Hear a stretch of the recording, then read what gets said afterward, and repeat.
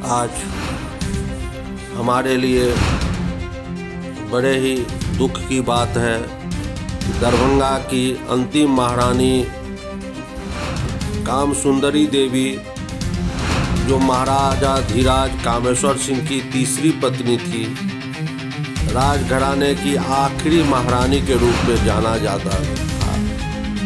उन्होंने महाराजा धीराज कामेश्वर सिंह कल्याणी फाउंडेशन की स्थापना की, जो दरभंगा राजघराने की सांस्कृतिक विरासत और मिशन को आगे बढ़ाने के लिए काम करता था।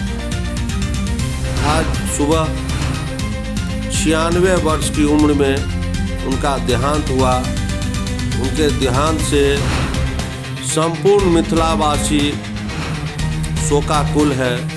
भगवान उनकी आत्मा को शांति प्रदान करे।